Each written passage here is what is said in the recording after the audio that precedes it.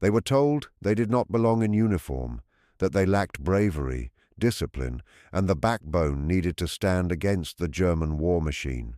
Yet, in the blood-soaked trenches of France, they would fight longer and harder than any other American regiment in the Great War. German soldiers thought the idea was laughable. Rumors spread through their lines that the Americans were sending black infantry to the Western Front, men they considered primitive, untrained, incapable of standing firm against the Kaiser's finest divisions. In German officer quarters, some chuckled over morning coffee, acting as if the very mention of such opponents was amusing. They imagined easy victories and fast retreats. But very soon, those same officers would meet a regiment with steel in their spines and fire burning in their hearts. And by November 1918, the forests of France would carry a very different story. Picture early 1917. The Great War had chewed through Europe for almost 3 brutal years. The Western Front stretched like a rotting scar from Belgium to Switzerland, a maze of muddy trenches, collapsing sandbags, and rust-covered barbed wire. Millions had already fallen for gains measured in mere yards. France was bleeding, its streets filled with black-clad families grieving sons who would never return. Britain's army was worn thin, exhausted by the slaughter at the Somme, Verdun, and Passchendaele. Each new push promised a breakthrough and delivered only graves. The Allies were desperate for help. Then America joined the war in April 1917. Fresh troops, untouched resources, great industrial strength. To France and Britain, it felt like a rope thrown to a drowning swimmer. But for black Americans who hurried to enlist, eager to show their loyalty, the welcome was cold and bitter. The U.S. Army in 1917 was rigidly segregated. Jim Crow walked right alongside them into training camps, into mess halls, into every corner of military life. White officers believed something cruel and simple, that black men were naturally afraid, less intelligent, and unfit for modern combat. These thoughts were not whispered. They were written in reports, spoken at meetings, and set into policy. When black men volunteered, most were pushed into labor units, the so-called services of supply. A polite title for endless crushing work far from the front lines. They dug latrines, hauled ammunition, loaded ships, built roads, laid telephone wires, buried bodies. The message was plain. The country wanted their sweat, not their valor, their hands, not their courage. But in New York City, in the bright heartbeat of Harlem, something different began to grow. Imagine Harlem in 1916, alive with new energy. Jazz floated from basement clubs. On corners, men debated Marcus Garvey and the future of their people. Poets scribbled words in cramped notebooks. Families filled warm brownstones. Children ran through the streets with stickball bats and laughter. It was a place where black Americans had created space to breathe, create, dream, and stand proud. So when war came and the call for soldiers rang out, Harlem answered.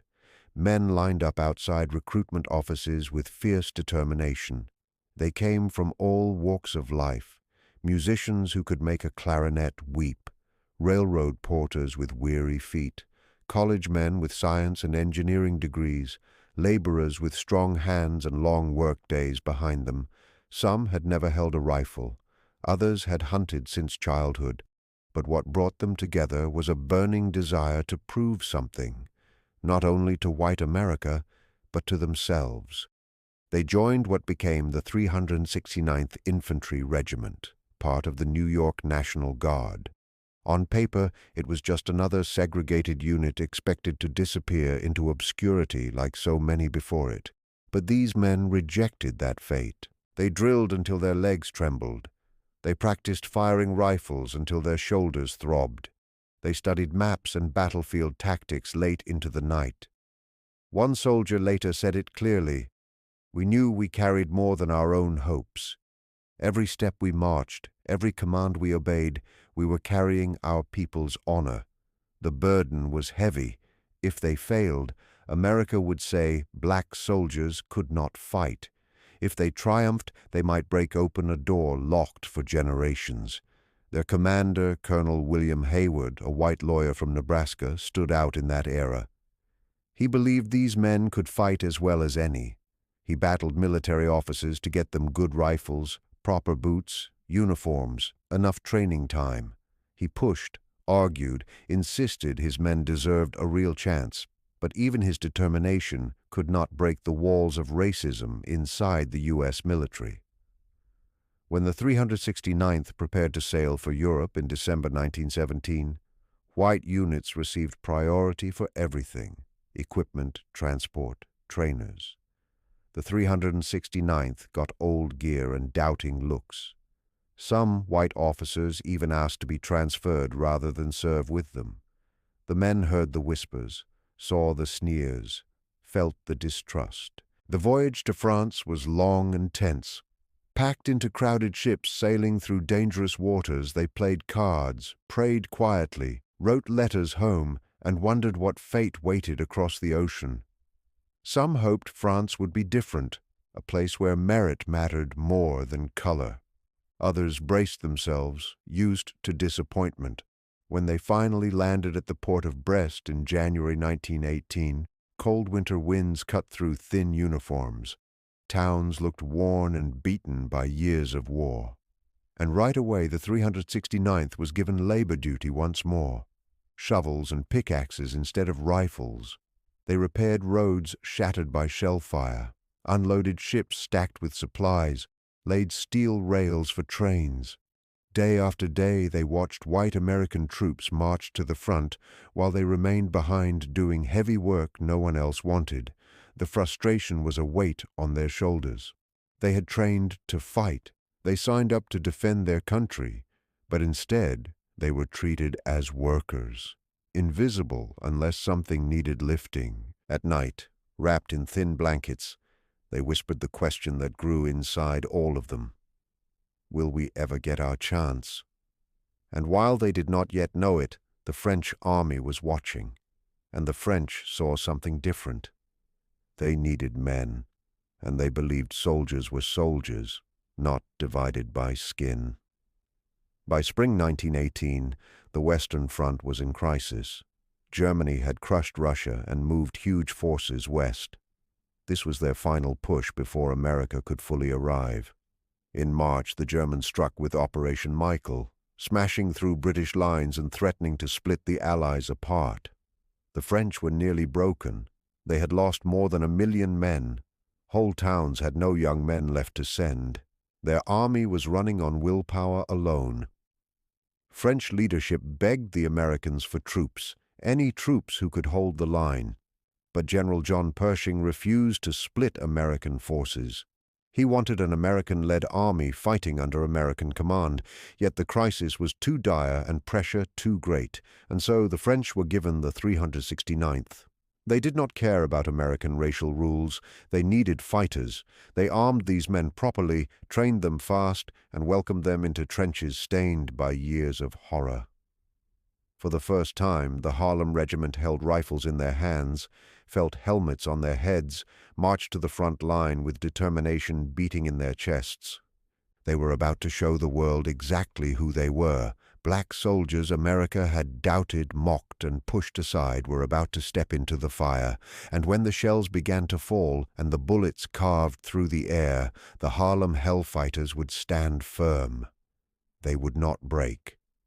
And in the ruins of French villages and the darkness of midnight patrols, they would carve their names into history with courage no one could deny. There are moments in life when the world becomes too loud, too heavy, and too fast. Our mind begins to chase one thought after another, our heart feels tired, and our spirit longs for a quiet place. In those moments, something inside us remembers that peace is not found in noise, movements, or constant proving of ourselves. Peace is found in stillness, in surrender, and in letting God hold us the same way a child rests in the arms of a loving parent. And sometimes the most powerful prayer is not spoken with the lips at all, but breathed softly in silence. like a small light inside the soul that stays alive even when the body is asleep. There is a way to let even the hours of rest become a prayer, a gentle offering, and a humble act of trust, where the heart quietly says, "Stay with me, God. I am yours, even in my sleep." When the body lies down and the world fades, the heart does not stop seeking. The spirit still listens even when the eyes close. Many holy people spoke about this silent friendship with God during sleep, where the soul continues to trust and rest in Him. It is not about saying big words or forcing the mind to be busy in prayer. It is about allowing the heart to stay open, like a door gently waiting for the light of heaven to enter. Every breath becomes like a soft whisper of faith, every calm moment a quiet gift. When you place yourself in God's hands before sleep, you do not fall into darkness. You fall into grace, into peace, into the warmth of divine care. You rest not only because you are tired, but because you trust that God is awake even when you are not. And you realize the night is not empty. It is full of His presence. Many people go to bed with worry, fear, and regret. They lie down but do not truly rest. Their body stops moving, but their mind keeps running. But when you invite God into your rest, something gentle changes. You no longer enter the night alone or afraid. You enter it like someone stepping into a safe shelter. You do not have to hold everything together by yourself, because you understand that grace does not sleep. You whisper a simple thought like, "Lord, stay near, guide me through the night," and your heart becomes lighter. You can imagine placing every fear, every heavy thought, every tired feeling in God's hands, like someone putting down a burden at the foot of a loving friend. The Blessed Mother also becomes near in that moment, like a calm presence who watches over you in silence, protecting, comforting, and praying for you, even when you do not have strength to form your own prayers. There is a soft beauty in knowing that you do not need to speak many words. You do not need big efforts or perfect thoughts. You simply offer your sleep to God as a humble act of love. And even if you toss and turn, even if dreams come and go, even if the mind drifts, the offering remains. The intention is heard, the heart is seen, and heaven does not forget those who quietly seek God in the night. Some people clutch a small rosary or simply rest their hand on it, not to count prayers, but to remember who they belong to. It becomes like a small anchor, a peaceful reminder of sacred presence. And even if the rosary never moves, it has already done something deep. It has opened a door inside the soul to grace, to peace, and to quiet strength. Sometimes God speaks in dreams, and sometimes He simply surrounds us with silence. Sometimes we wake with a sudden feeling of comfort or clarity, as if something gentle touched our spirit while we slept. And other times, we wake feeling the same, but with a hidden strength we did not have before. That too is His work. Not every grace is loud. Not every encounter needs light or voice. Some are so soft that they are only understood after time passes. And even when we feel nothing at all, faith reminds us that God is near, not because we feel Him, but because He promised to be near. Trust grows not in moments of strong presence, but in moments when the heart chooses to believe quietly. There is something deeply human in needing rest. Even Jesus rested. Even the strongest saints felt tired. Rest is not weakness. Rest is trust. It is the soul saying, "I do not need to control everything. I can place my life in God's hands and simply breathe." When you sleep with faith, your rest becomes like a small prayer rising in the night. When you breathe calmly with trust, each breath becomes a reminder that you are loved, watched over, and protected. You do not surrender to darkness, you surrender to peace. You do not fall into emptiness, you fall into grace. And slowly, your nights become softer, your mornings calmer, your heart steadier.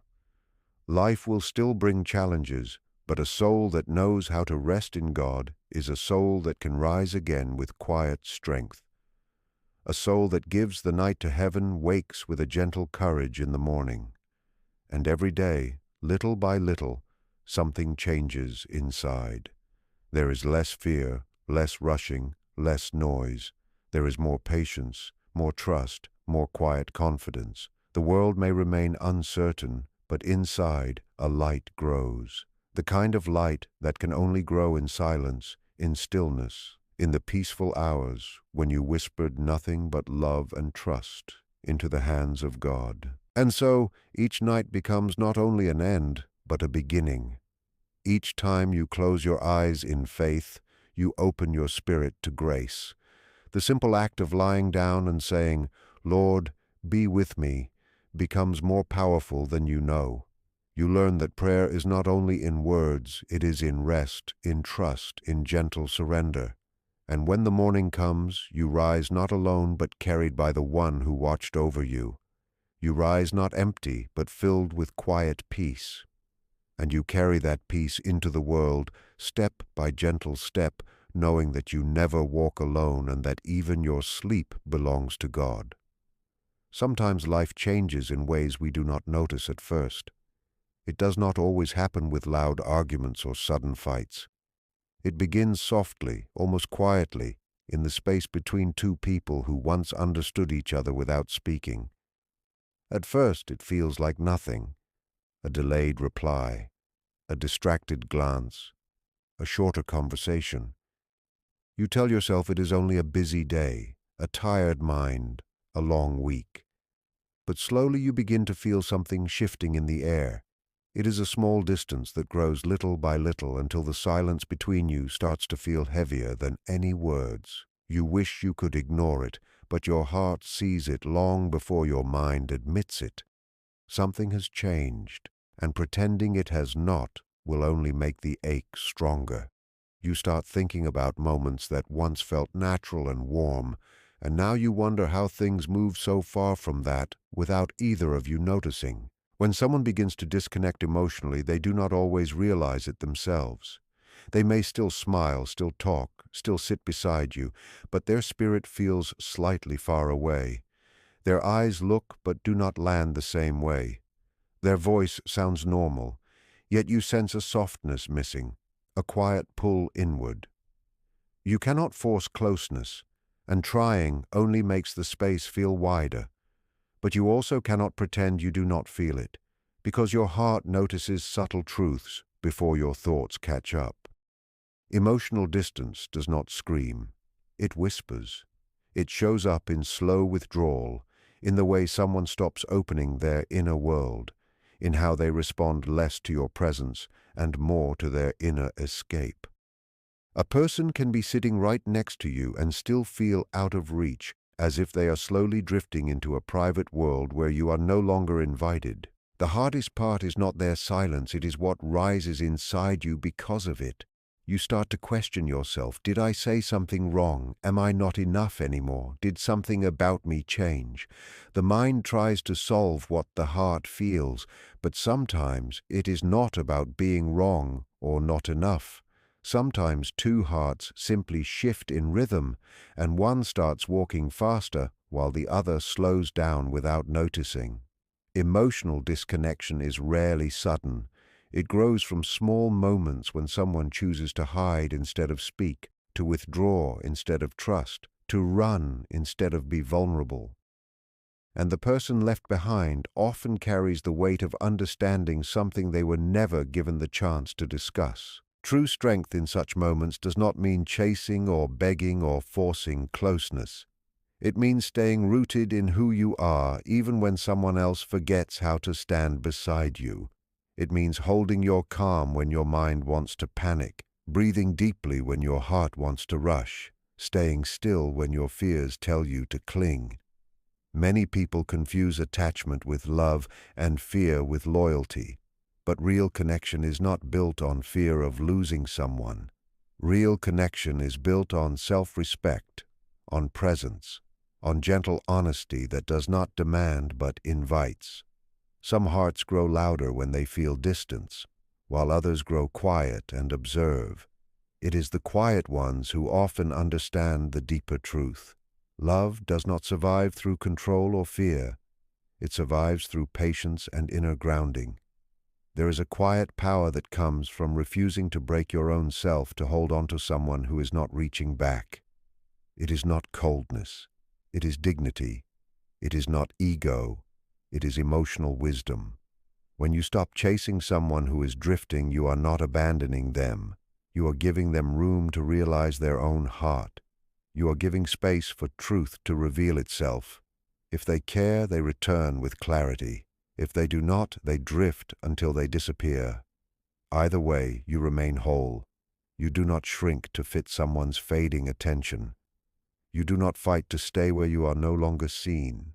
You stand still, breathe slowly, and trust that what is meant for you will not require you to lose yourself to hold it. Sometimes emotional distance appears not because love is gone, but because someone feels overwhelmed by their own emotions and does not know how to carry them.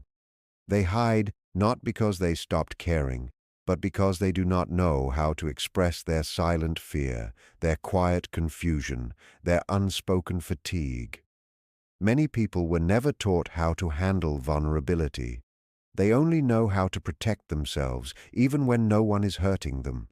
You can love someone deeply and still watch them pull away because they do not know how to be held. You can offer safety, but they must choose to step into it. Love cannot bloom where someone fears vulnerability more than they desire connection. And yet, there is also a time when emotional distance is a sign of truth rather than fear. Sometimes a person disconnects because they have already stepped into another world inside themselves.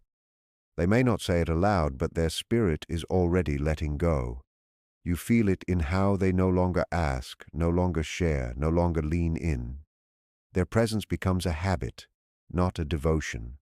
And the most painful part is realizing that your heart was the first to sense the shift long before your mind could accept it.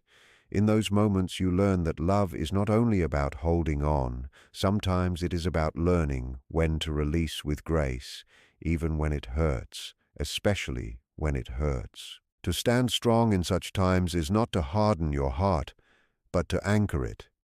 It means understanding that love does not make you fragile. Attachment without self-respect does. Strength is not loud or aggressive here. Strength is the quiet act of choosing dignity over fear, peace over panic, presence over chasing. You do not need to force anyone to see your value. You do not need to convince someone to feel what they no longer feel. You only need to stay true to your own heart while allowing life to reveal what is real. Because in the end, what is real always returns with sincerity, and what is not real fades no matter how tightly you try to hold it. Sometimes emotional distance is a slow ending. Sometimes it is a quiet test. Sometimes it is a pause needed for someone to find their way back to themselves and to you. Whatever the truth may be, you do not lose by staying grounded, patient, and honest. You only lose when you abandon yourself trying to rescue a connection that was never meant to be saved by force. And perhaps the greatest lesson is this: love is not proven by how tightly you hold on, but by how calmly you stand when someone else is uncertain. Let them go inward if they must. Let them drift if life is calling them somewhere else. Let silence reveal what words cannot. Meanwhile you breathe, you stay steady, you remain open but not empty, willing but not lost, compassionate but not dependent. In that stillness, you rediscover your own heart, and whether the connection heals or ends, you rise with grace, not because someone stayed, but because you stayed true to yourself, were valued.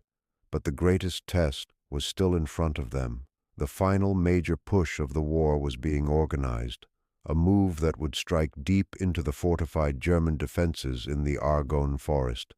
It would become the biggest American battle of the entire war, and the 369th would stand right in the center of it. Every hardship they had already faced, every long march and every violent moment had been building toward this point. The Meuse-Argonne offensive would turn into the deadliest fight in American military history, and the Harlem Hellfighters would carve their place into its most painful and heroic chapters. Before they could rise as legends, they first had to live through the forest. The Argonne was a place where reputations disappeared, where whole units were swallowed by trees and mud and came out shattered if they made it out at all. For the 369th, this was the moment where everything would be proven. By September 1918, the war had shifted clearly. The German spring push had collapsed. American troops were arriving in France by the hundreds of thousands. At last, the Allies were strong enough to launch huge attacks across the whole front. The objective was bold: break through before winter, force Germany into submission, and end the war. The Americans would bear most of the responsibility in the Meuse-Argonne region, an area the Germans had spent years turning into a fortress. The Argonne forest itself was a nightmare: heavy woods, steep ravines, and such thick brush you could barely see a few yards ahead. The Germans had turned it into a trap. Hidden machine guns covered every possible approach. Artillery was set to fire on every open patch of ground. Towers of barbed wire blocked the paths. Concrete bunkers lay buried beneath roots and soil, filled with defenders ready to unleash fire on anyone who dared advance. The French had tried to break through before and had paid dearly. Now it would be America's attempt, and the 369th would be part of the charge. Orders arrived in late September. The regiment would fight with the French Fourth Army on the left flank of the huge offensive. Their mission was simple to say, but brutal to carry out: push forward into enemy ground, seize key points, and keep advancing no matter how heavy the losses. The men understood perfectly. The Argonne's reputation was known everywhere. This would not be quick. It would be long, grinding, and merciless. At dawn on September 26th, the attack opened with the heaviest artillery barrage Americans had ever used. For hours, shells screamed through the sky and slammed into German lines. The sound was indescribable, shaking earth and air alike.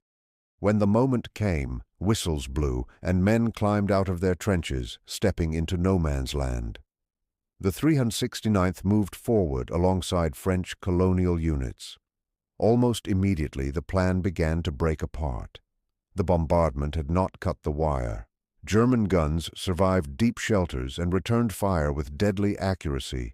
Soldiers pushing through the open fields fell in waves. The line slowed, then stalled, then inched forward again as officers urged them onward. The 369th reached the trees, and there the battle changed into something more personal and frightening. You could not see the opponent until they were nearly upon you. Germans emerged from behind stumps and rocks, from camouflaged pits, firing at close range. Every tree might hide a rifleman. Every hollow might contain a nest of guns. Sight lines were only feet long. Soon the regiment split into smaller teams, each finding its own way through the confusion. They used grenades for bunkers, bayonets for sudden close encounters. It was exhausting in body and spirit. A single moment of distraction could mean death. The strange echoes inside the forest twisted sound so badly that it became hard to judge where shots came from. Men used hand signals more than voices, afraid to give themselves away. Night made it worse. Patrols stumbled through the dark, tripping on unseen roots, gripping rifles tight, listening for footsteps. German patrols did the same. Sometimes they ran into each other and gunfire burst suddenly. Then both sides vanished again like ghosts in the trees. For days, then weeks, the 369th fought in this hell. They took losses constantly: a bullet from a hidden rifle, a sudden burst from a machine gun, artillery raining down without warning. Medics hurried constantly but never fast enough. Wounded men had to be pulled through thick brush on stretchers carried by friends who risked death with every step. Commanders kept ordering the advance. The men obeyed, not blindly, but because they knew retreat would be seen as weakness. would be used as proof that black soldiers could not stand firm.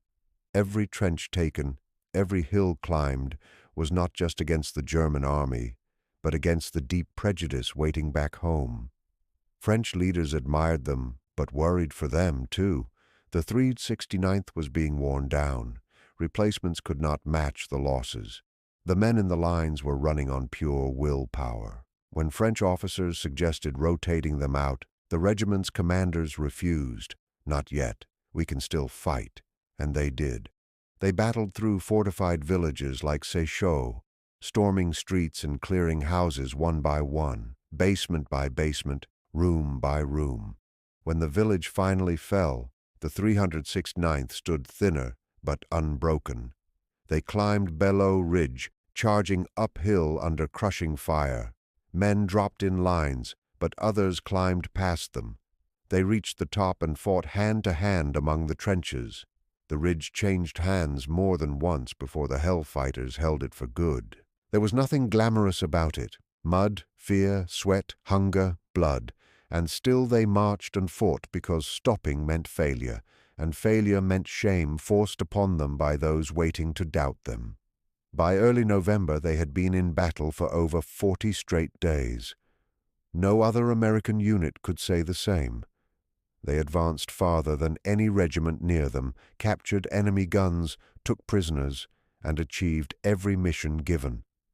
But the cost was etched on their faces. Men who entered as young and hopeful came out older than their years. Some stopped talking. Some stared silently, eyes dull. Others pressed on with stubborn resolve, counting the hours until the war would end. Through it all, the line held. When other units broke, they stood. When ordered to move, they moved. Their reputation was carved not through celebration, but through constant struggle and unshakable duty. Before the cheers, before medals and parades, they had to pay the price. The Argonne took its fee in grief and pain. Hundreds dead or wounded, entire companies reduced to a few survivors, and deeper injuries no numbers could show. The vacant expressions, the letters home that stopped, the flinch at sudden sound years after peace returned. 40 days without rest. Other regiments rotated out after 1 week. Not them. They lived at the front, slept in shallow holes, ate cold rations in storm-filled craters, and never truly relaxed. Even in rear positions, German shells could find them.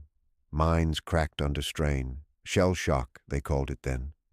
Today it is trauma, stress injury, invisible scars. Men who once charged bravely now froze when guns roared. Hands shook uncontrollably. Some drifted into emptiness, minds far away. Doctors tried to help, but there was little true understanding. Some were sent away. Some stayed because there was no one to replace them. A chaplain later remembered walking the trench at night, seeing soldiers silently crying, ashamed to be seen.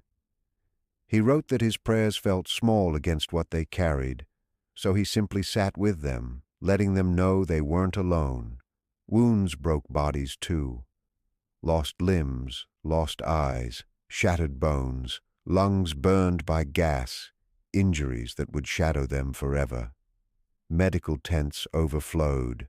Surgeons worked by dim lamps, sawing bone, tying veins, racing time.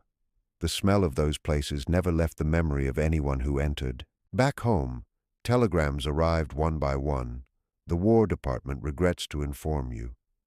In Harlem, gold stars filled windows, each one telling the story of a life given for a country that did not yet give fully in return. Families prayed, waited, hoped. Mothers woke at night, imagining footsteps that were not there. Fathers stared at silent chairs. Brothers and sisters held onto letters like they were pieces of life itself. Loved ones walked streets in Harlem with tired eyes, wondering if the next knock at the door would bring relief or heartbreak. And still, the 369th fought on. Inform you. In Harlem, small gold stars appeared in windows, each one marking a son who would never return home. Churches held quiet memorial services for men whose bodies rested in French soil, placed in hurried graves near where they fell. Mothers cried in silence. Fathers tried to appear strong even when their hearts broke. Wives became widows. Children grew up without fathers. The loss spread outward like ripples in water, touching entire communities in ways that could never be erased. Yet even then, the families back home did not know the full depth of what had happened. They were shielded from the worst. The letters that made it home were heavily censored. The soldiers also censored themselves, not wanting to burden their loved ones with the horrors they saw daily. As the Argonne offensive moved into November, rumors drifted through the trenches that the Germans were pushing for an armistice. Peace might finally come, but no one dared trust it. They had been fighting for so long that peace felt like a dream from another life, something too fragile to believe in. The 369th kept moving forward, taking positions, pushing through danger, fighting as if the war would continue forever. On November 10th, the regiment was still locked in heavy action with German forces. They captured the town of Seco after fierce, exhausting combat, clearing it house by house. That night, tired men dug in again, waiting for another attack at sunrise. Then, at 11:02 a.m. on November 11th, 1918, the guns fell silent. The quiet was startling, almost painful to the ears. Men who had lived under constant thunder, who had slept under explosions and marched through screams and fire, now heard nothing but stillness. Birds sang. Somewhere far away, a church bell rang. Soldiers slowly climbed from their trenches, unsure if it was real. Some cheered, some cried, many simply sat in silence, unable to process what it meant to still be breathing. The war was finished, they had survived it, but celebration felt strange for the 369th.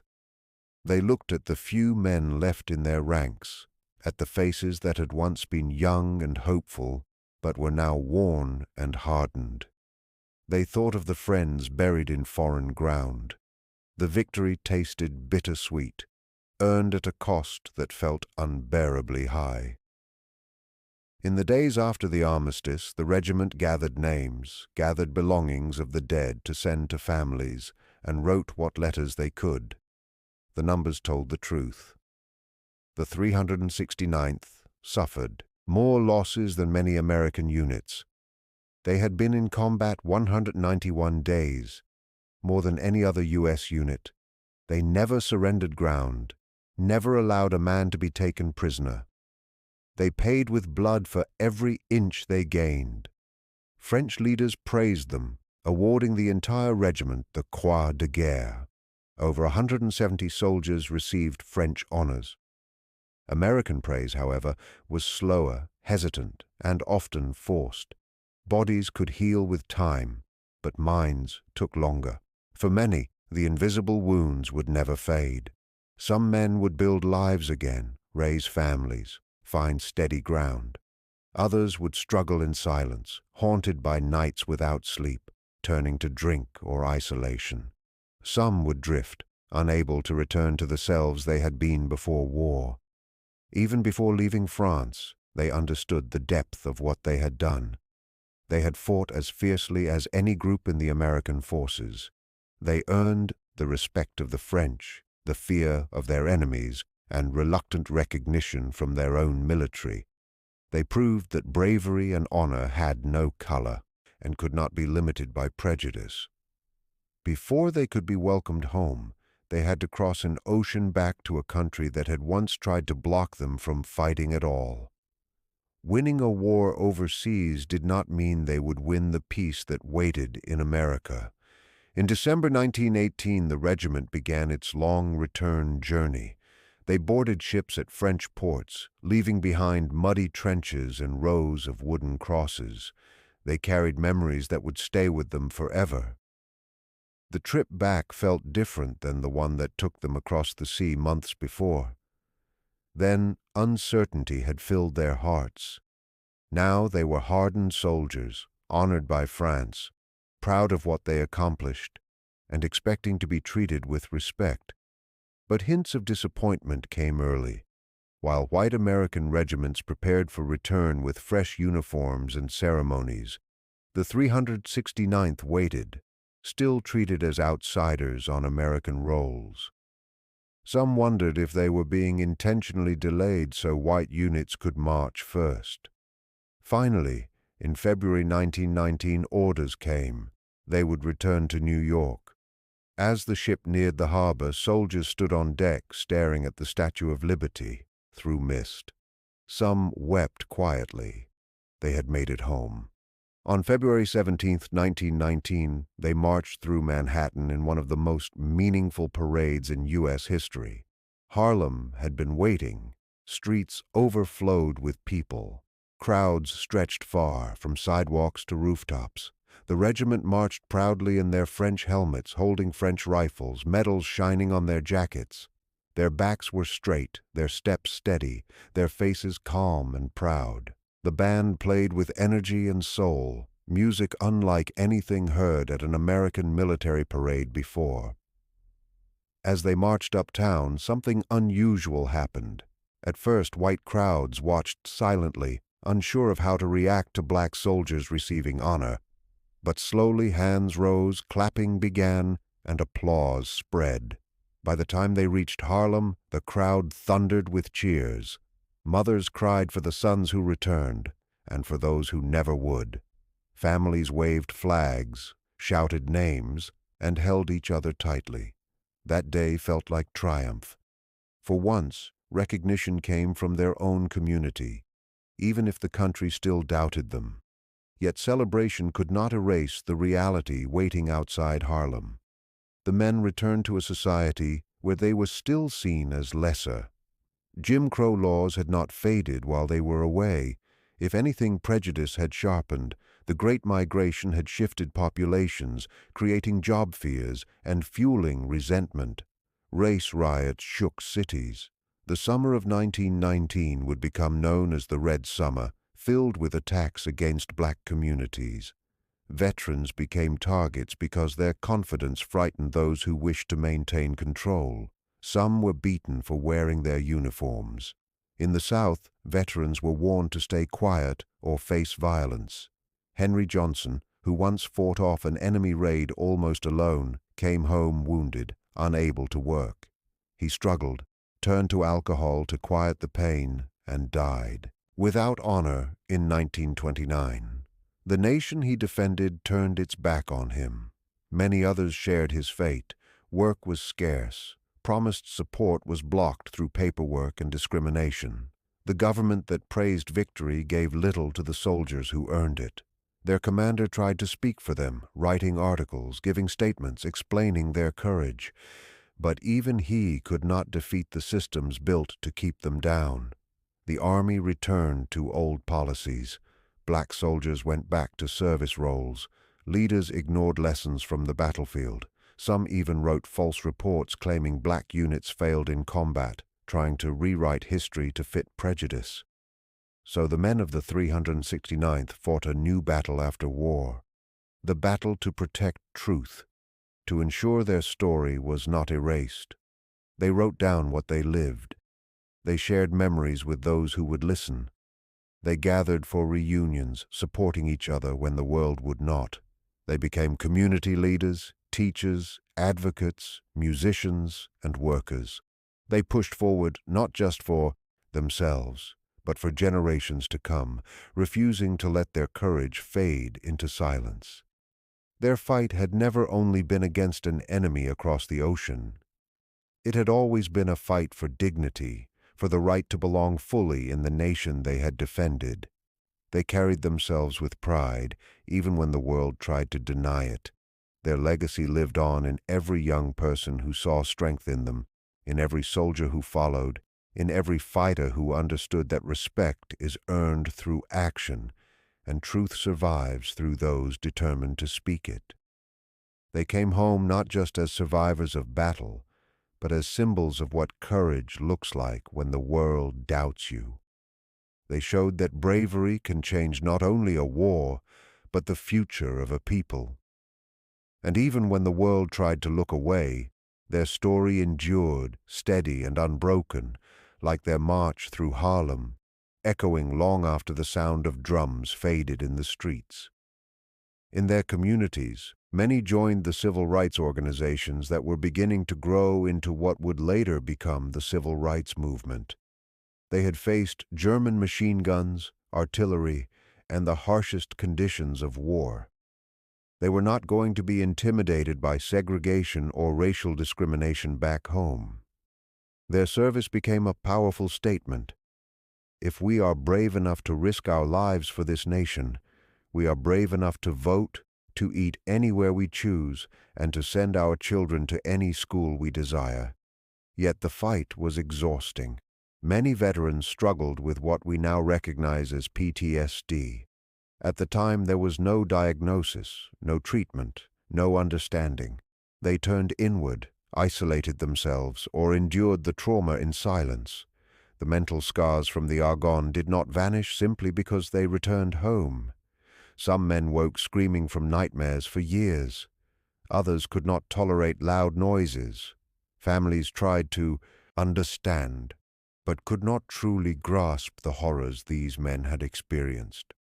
The distance between their battlefield experience and civilian life was vast and painful.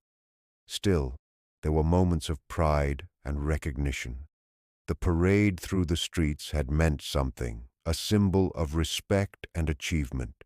Community support in Harlem remained strong. Churches, social clubs, and local businesses celebrated the veterans when the wider society refused. The band, led by a talented musician, introduced jazz to audiences that had never heard it before, influencing American music profoundly despite a life cut tragically short. He was murdered in 1919 by a disturbed band member, ending a brilliant career.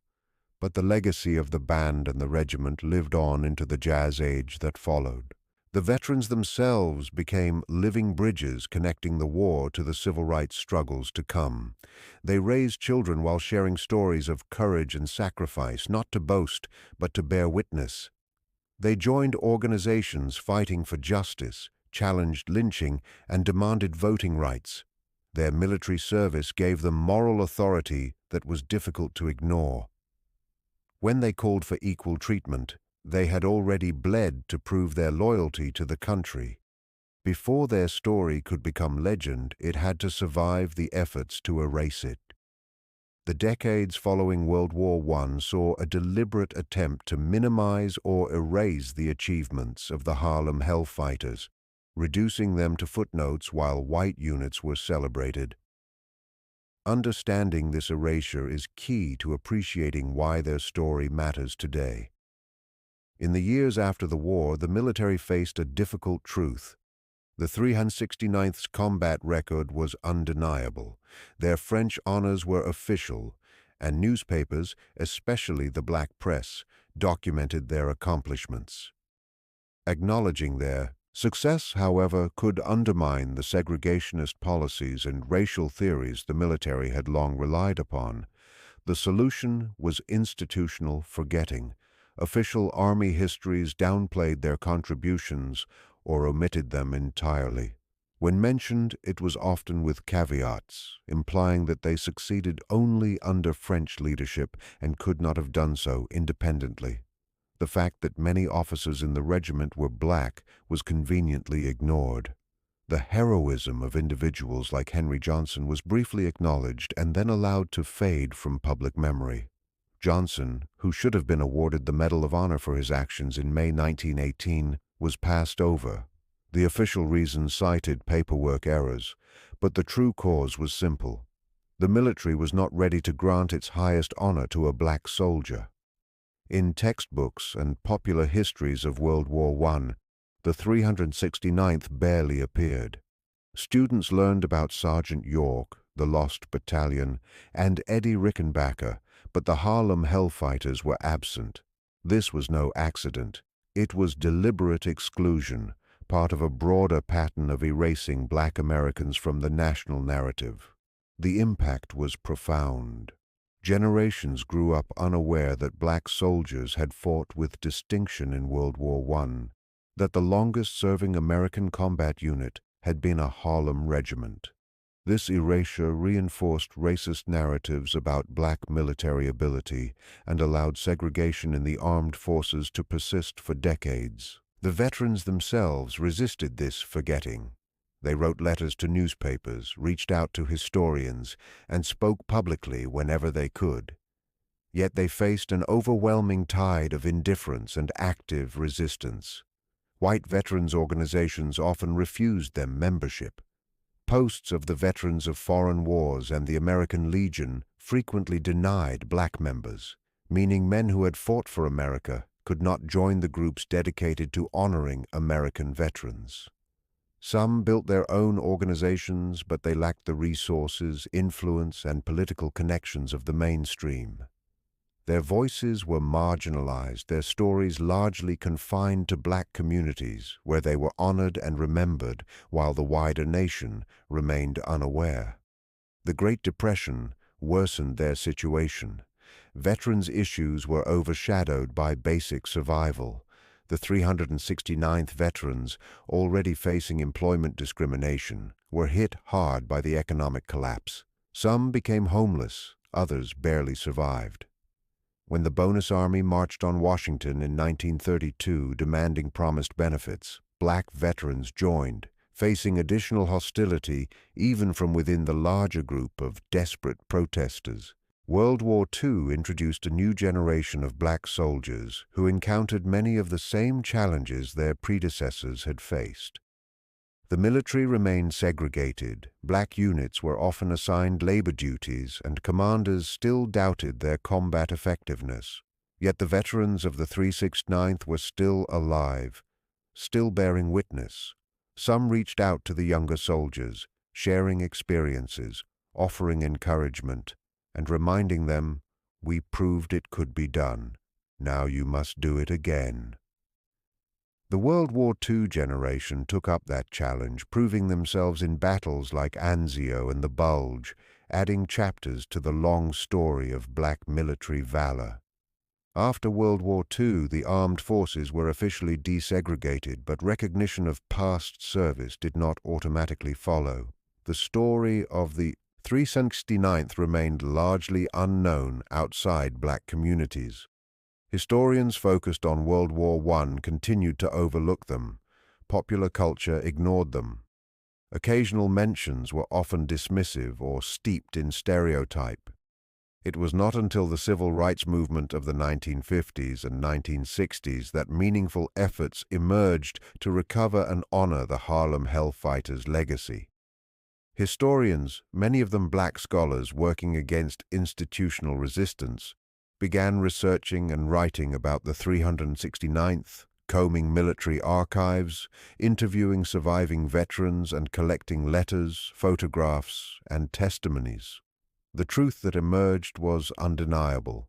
The Harlem Hellfighters had been one of the most effective American units of World War I, and their story had been intentionally suppressed. Even as this research progressed, time was against them. The last veterans were passing away. Henry Johnson had died in 1929, poor and largely forgotten. Others followed over the decades. By the 1960s, only a few remained, elderly men determined to keep the memory alive. One veteran interviewed during this period spoke with bitter clarity, saying, "We did everything they said we couldn't do. We fought as hard as any men who ever wore the uniform, and they tried to forget us anyway. But I'm still here, and I'm still telling the story." That determination, that refusal to let the truth die, kept the legacy alive through the darkest years. The black community became the custodian of memory, holding stories in churches, homes, and social spaces. Even when the wider nation ignored them, they persisted, ensuring that the courage, skill, and sacrifices of the Harlem Hellfighters would one day be recognized.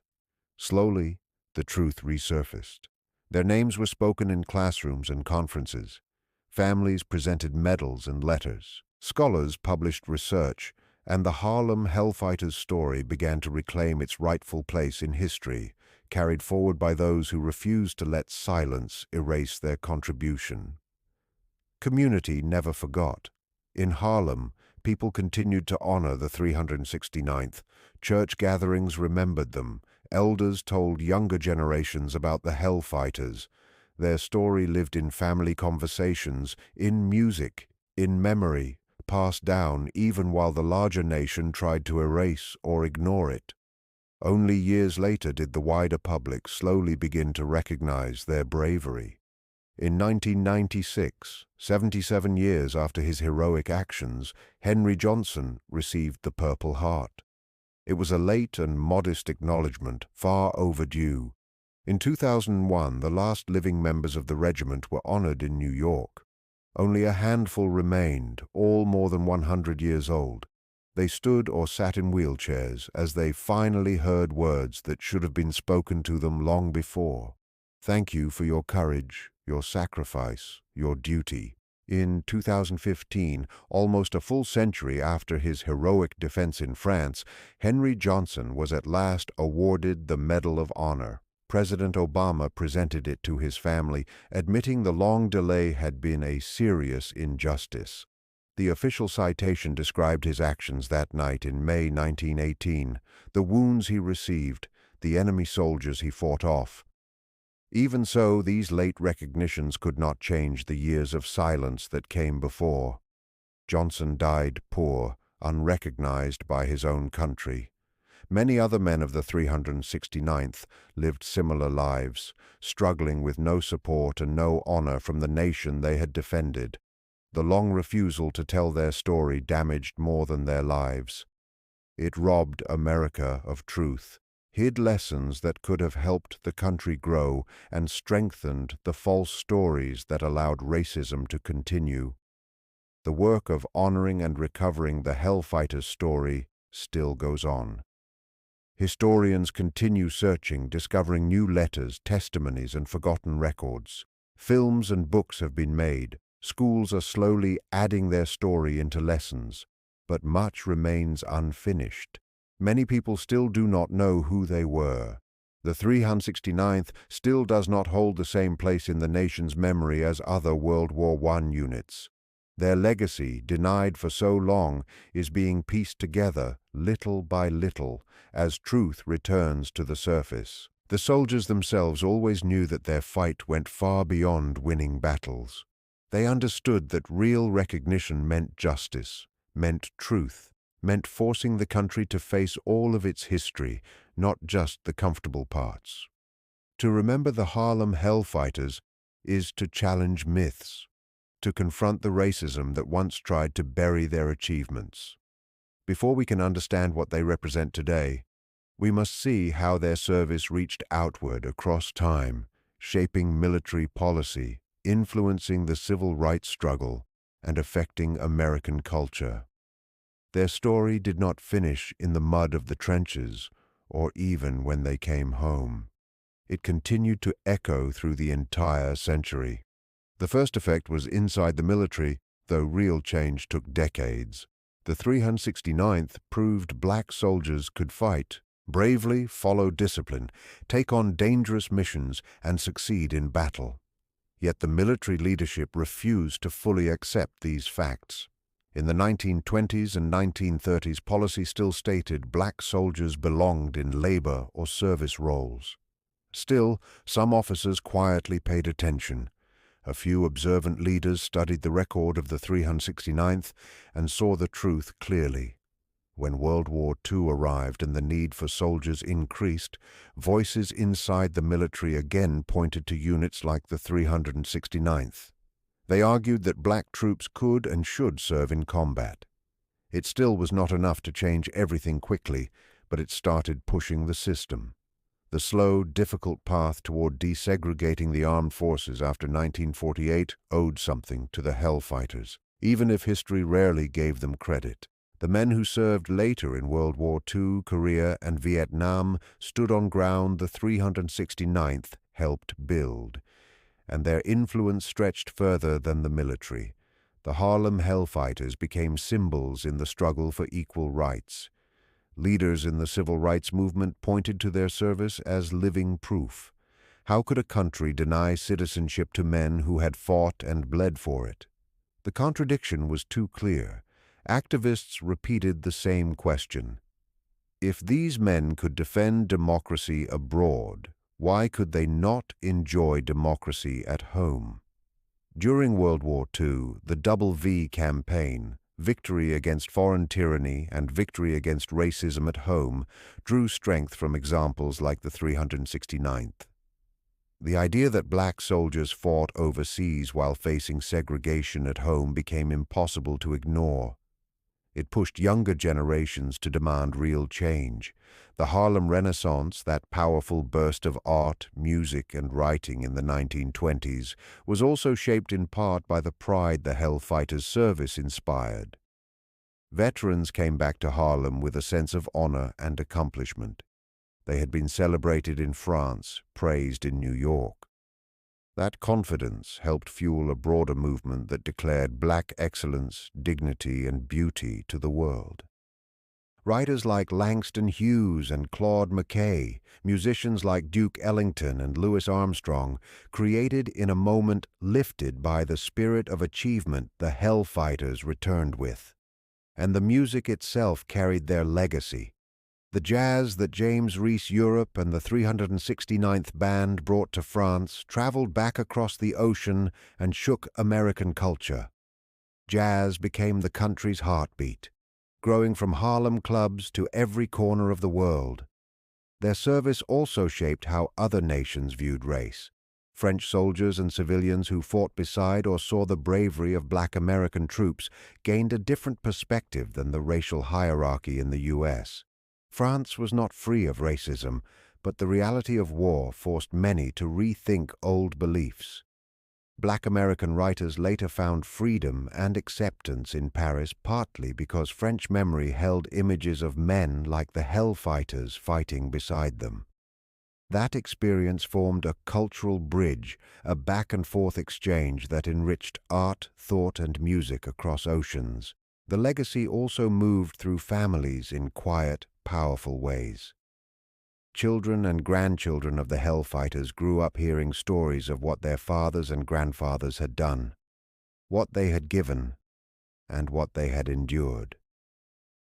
Those memories planted pride, determination, and a sense of purpose, echoing long after the battles were over. There are stories that shape identity, that build pride, that become anchors when the world tries to deny dignity, and Jack Johnson's journey stands as one of those stories.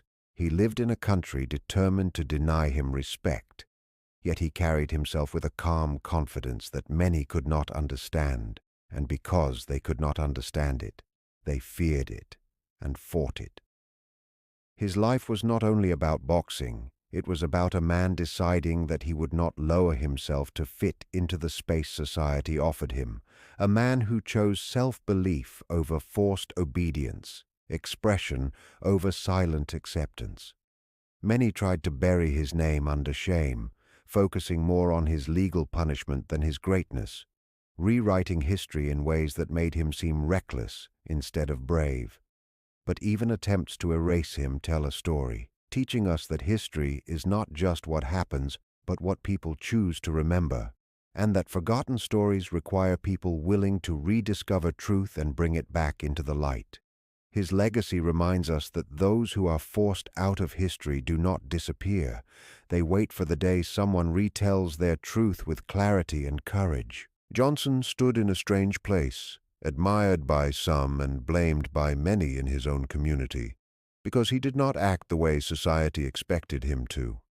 Some saw him as a hero who refused to bow, a symbol of strength and possibility, while others feared that his boldness would bring punishment not only on him, but on those who looked like him.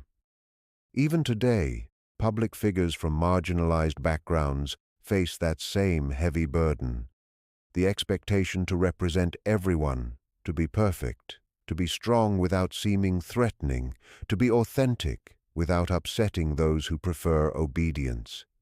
He was told to stay quiet, to be humble, to hide his confidence, yet he chose the opposite. His very existence challenged the idea that worth must be granted by others, and this made him both a symbol and a warning to those who believed a person must shrink themselves to survive. He showed the impossible pressure placed on people who are seen not as individuals but as symbols for an entire community, a weight that still sits heavy on the shoulders of many today. His life also proves that progress is never a straight road. He broke one of the biggest barriers in sports by becoming heavyweight champion, something most believed could never happen at that time, and the moment he achieved it, the world did not celebrate. It pushed back with force. Instead of opening doors, his success made those holding power lock them tighter, and it took more than 20 years before another fighter of his background held that title again. His triumph did not create a smooth path. It created friction, anger, and backlash, showing us that every breakthrough comes with a cost, and that progress, once gained, is not guaranteed to stay. History often punishes the first who dare before it celebrates them. And Johnson's life fits that pattern perfectly. Punished in his time, praised much later, remembered only after many years of forgetting and misunderstanding. And even when some stood beside him, many stayed silent, showing us that injustice grows not only from hatred, but also from silence, from the people who could speak but choose to turn away because standing up feels uncomfortable or dangerous. But the greatest lesson he left us is one of dignity. He did not wait for permission to respect himself. He did not wait for the world to approve before he walked proudly. He understood that worth comes from within, not from the approval of those who deny your humanity. Even when insulted, hunted by laws and judged by crowds, he lived with a freedom of spirit that many people born in safer times still struggle to find. Young people today, especially those who grow up facing barriers and doubt, can see in him both inspiration and warning. He shows that strength has a price, that being true to yourself can mean walking alone, that becoming a symbol can also feel like being targeted. Change rarely arrives gently. It arrives through conflict, through discomfort, through those who refuse to bow when everyone expects silence. Every generation has people like him, those who challenge the rules, who speak loudly when told to stay quiet, who walk through doors that were never meant for them. The world tries to humble them first, but eventually realizes it needed them all along. The story repeats itself so often that it feels like a rule of human history. First ignored, then mocked, then resisted, and finally honored.